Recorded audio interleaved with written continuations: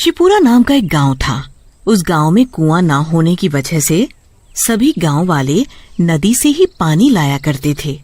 एक दिन गांव की एक औरत निर्मला नदी के किनारे बैठकर कपड़े धो रही थी। तभी उसे नदी से डरावनी आवाज सुनाई दी। कौन है यहाँ जो मुझे डरा रहा है? अरे कौन है यहाँ?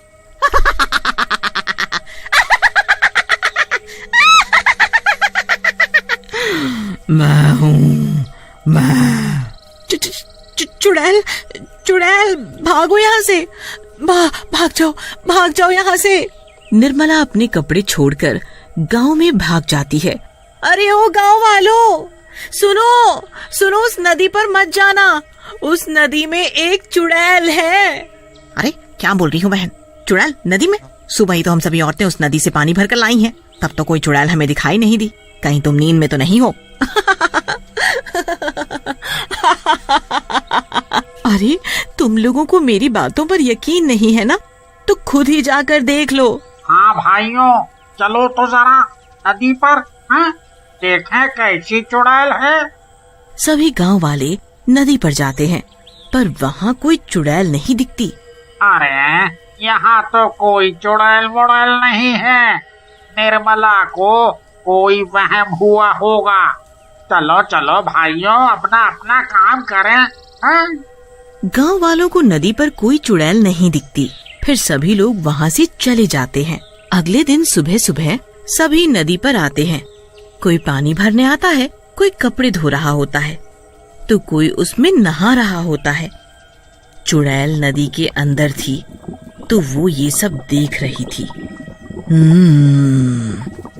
ये सभी गांव वाले फिर नदी पर आ गए। ये ऐसे नहीं मानेंगे, इनका कुछ न कुछ तो करना पड़ेगा। तभी नदी पर गांव का एक आदमी सुखिया नहाने के लिए आता है।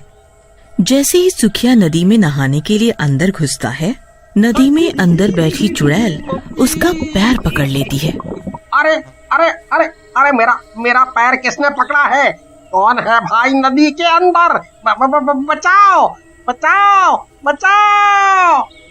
चुड़ैल सुखिया का पैर पकड़कर नदी के अंदर खींच लेती है और फिर सुखिया को नदी के बाहर फेंक देती है। सुखिया बेहोश हो जाता है। गांव के कुछ लोग सुखिया को वहाँ पड़ा देखते हैं।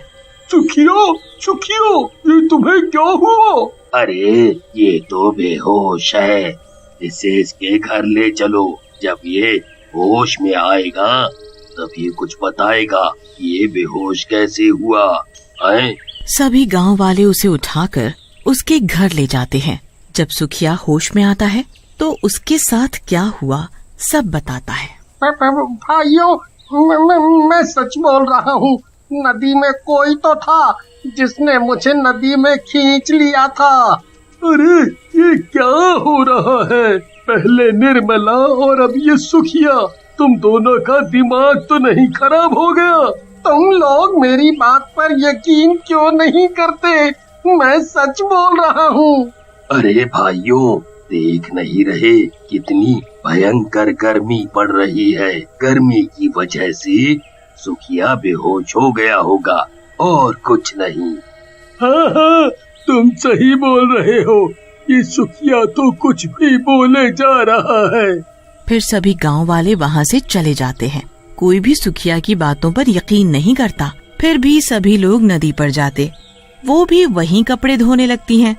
तभी उस चुड़ैल की भयानक आवाज आती है और सभी औरतें वहाँ से भाग जाती हैं। ये लोग नहीं मानेंगे, इनका कुछ तो करना होगा। हाँ। नदी पर जो कचरा पड़ा होता है, वो कचरा उठाकर आधी रात को चुड़ैल गांव वालों के घर पर फेंक आती है। अरे सत्यानाश हो उसका, जिसने मेरे घर पर ये कूड़ा फेंका। अरे कोई है? मेरे घर पे कूड़ा किसने फेंक दिया? देखो जी, किसी ने हमारे घर पर इतना सारा कचरा फेंक दिया है, भला बताओ। ये सब देखकर पारो और मुरली गांव वालों से लड़ने लगते हैं। वो चुड़ैल फिर से आधी रात को नदी से निकलकर गांव में आती है और अब की नदी से ढेर सारी कीचड़ उठाकर शंकर के घर पर फेंक कर चली जाती है। सुबह होते ही रानी, ये अजीब सी बदबू कहाँ से आ रही है? हाँ जी, बदबू तो मुझे भी आ रही है। ये बदबू शायद बाहर से आ रही हो। दोनों बाहर जाकर देखते हैं तो उनके घर पर ढेर सारी कीचड़ पड़ी होती है। ए, ये कीचड़ किसने डाला मेरे घर पर? इसकी इतनी हिम्मत! ओए, क्या हुआ शंकर भाई, क्यों शोर मचा रहे हो? ए, अरे भाई, जरा यहाँ देखो, किसी ने मेरे घर पर ये कीचड़ डाल दिया है। पता नहीं कौन है वो। अगर पता चल गया ना, छोड़ूंगा नहीं उसे। हाँ। शांत रहो शंकर भाई, किसी ने तुम्हारे साथ मजाक किया होगा। कोई बात नहीं, अभी तो मैं चुप हूँ, पर अगली बार ऐसा कुछ हुआ ना तो उसे छोड़ूंगा नहीं। हाँ। सभी गांव वाले वहाँ से चले जाते हैं। जब रात को सभी गांव वाले सो जाते हैं तो नदी वाली चुड़ैल फिर से गांव में आती है। जब वो चुड़ैल कूड़ा उठाकर लोगों के घरों पर फेंक रही होती है, तभी गांव का एक आदमी किशन लाल अपने घर की खिड़की से उस चुड़ैल को कूड़ा फेंकते हुए देख लेता है। हमारे गांव में चुड़ैल, पर ये चुड़ैल यहाँ क्या कर रही है? अच्छा, अब पता चला, ये चुड़ैल ही थी जो सभी के घरों पर कूड़ा कचरा डाल जाती है। सुबह होते ही ये बात गांव वालों को बतानी पड़ेगी। भूरा के घर पर चुड़ैल कूड़ा डाल कर गई तो वो भूरा सभी गांव वालों से लड़ रहा होता है। हद हो गई अब तो, ये रोज रोज कौन कूड़ा कचरा डाल जाता है? कभी किसी के घर तो कभी किसी के। आज उसने मेरे घर पर कूड़ा डाला, उसकी इतनी हिम्मत, एक बार हाथ लग जाए छोड़ूंगा नहीं उसे। हाँ। किशन लाल ने रात में चुड़ैल को देखा था, तभी वो वहाँ आ जाता है। रुको रुको रुको, तुम सभी लोग लड़ना बंद करो। तुम सभी के घरों पर कूड़ा अपने गांव में किसी ने भी नहीं डाला। ये क्या बोल रहे हो तुम? मेरे घर पर किसी ने भी कूड़ा नहीं फेंका तो किसने फेंका? जल्दी बताओ, जल्दी। हाँ, बताता हूँ। पहले तुम सब सरपंच जी के घर चलो, वहीं बताऊंगा सब। फिर सभी मिलकर सरपंच जी के घर जाते हैं। क्या बात है, तुम सभी लोग एक साथ यहाँ? सरपंच जी, बात ही कुछ ऐसी है कि सभी को यहाँ आना पड़ा। हाँ, बोलो ना। सरपंच जी, हमारे गांव में चुड़ैल है जो उस नदी के अंदर से आई थी।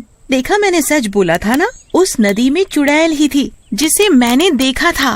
इसका मतलब जब मैं नदी में नहाने गया था तो उसी चुड़ैल ने मेरे पैर पकड़े होंगे और मैं बेहोश हो गया था। हाँ, तुम सभी सही हो। उस नदी में एक चुड़ैल रहती है, मैंने खुद उसे देखा है गांव में। गांव में? हमें तो कभी कोई चुड़ैल दिखाई नहीं दी। किशन लाल सभी गांव वालों को बताता है। आधी रात को जब मैं पानी पीने के लिए उठा तो मेरी नजर खिड़की के बाहर गई तो देखा एक चुड़ैल सभी के घरों पर कूड़ा फैला रही थी। और तो और गांव में भी चारों तरफ कूड़ा ही कूड़ा फैला दिया। जब वो कूड़ा फैला कर जाने लगी तो मैंने उसका पीछा किया और वो चुड़ैल नदी के अंदर चली गई। पर मेरी समझ में ये नहीं आ रहा कि वो चुड़ैल ऐसा क्यों कर रही है। अब नदी पर जाना खतरे से खाली नहीं है। सरपंच जी, अगर हम लोग नदी पर नहीं जाएंगे तो पिएंगे क्या? और बाकी घर का सारा काम भी तो पानी से होता है, खाना बनाना, नहाना, कपड़े सभी। हाँ सरपंच जी, शंकर सही बोल रहा है। हमारे घर की औरतें नदी पर कैसे जाएंगी? और तो और पूरे गांव में एक भी कुआं नहीं है। अगर कुआं होता तो इतनी परेशानी नहीं होती। ये तो बहुत बड़ी समस्या है। मैं सोच रहा था कि किसी तांत्रिक बाबा को बुलाया जाए गांव में, वो ही कुछ कर सकते हैं। अब सभी गांव वाले सरपंच की बात मान लेते हैं और सरपंच जी एक तांत्रिक बाबा को बुलाकर सारी बात बताते हैं। अच्छा, इसलिए तुमने मुझे यहाँ बुलाया। तुम चिंता मत करो, हम सब ठीक कर देंगे। अगर चाहते हो कि वो चुड़ैल नदी छोड़कर भाग जाए, उसके लिए हमें गांव के बीचों बीच बैठकर हवन करना पड़ेगा। हवन की सारी तैयारियां हो जाती हैं। तांत्रिक बाबा हवन करने के लिए बैठ जाते हैं और सारे गांव वाले आसपास खड़े होकर देखते हैं। तांत्रिक बाबा मंत्र पढ़ते हैं और अपनी पोटली से भभूत निकालकर पूरे गांव में छिड़क देते हैं। सरपंच जी, वो चुड़ैल अब इस गांव में कभी नहीं आएगी। बाबा, गांव में चुड़ैल नहीं आएगी, पर नदी का क्या? हमारे गांव की सभी औरतें नदी से पानी लाती हैं। तभी चुड़ैल वहाँ आ जाती है। तुम लोग मेरा कुछ नहीं बिगाड़ सकते, मैं बहुत ताकतवर हूँ। इस तांत्रिक को तो मैं फूंक मारकर हवा में उड़ा सकती हूँ। तुम क्यों गांव वालों को परेशान कर रही हो? वो लोग नदी पर जाते हैं पानी भरने, तो तुम उन्हें डरा कर भगा देती हो या फिर उनके घरों पर कूड़ा कचरा डाल देती हो। क्या कूड़ा कचरा मैं करती हूँ? जरा चलो तुम सब नदी पर मेरे साथ। चुड़ैल सभी गांव वालों को अपने साथ नदी पर ले जाती है। देखो, जरा इस नदी को तुम सब देखो।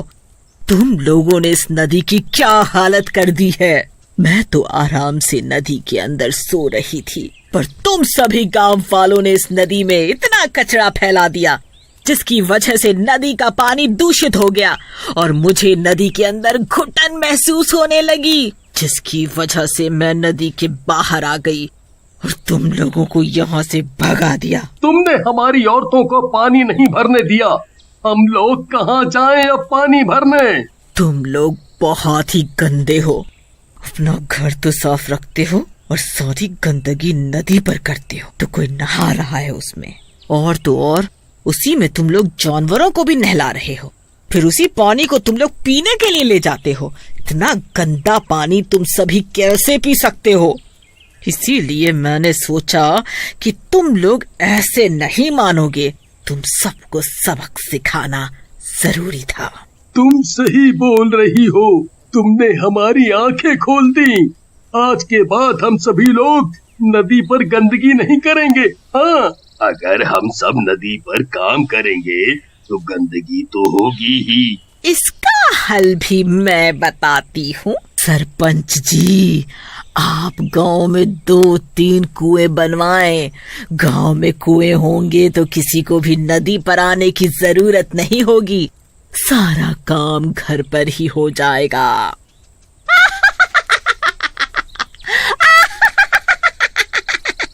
तुमने सही कहा, मैं कुएं जरूर बनवाऊंगा।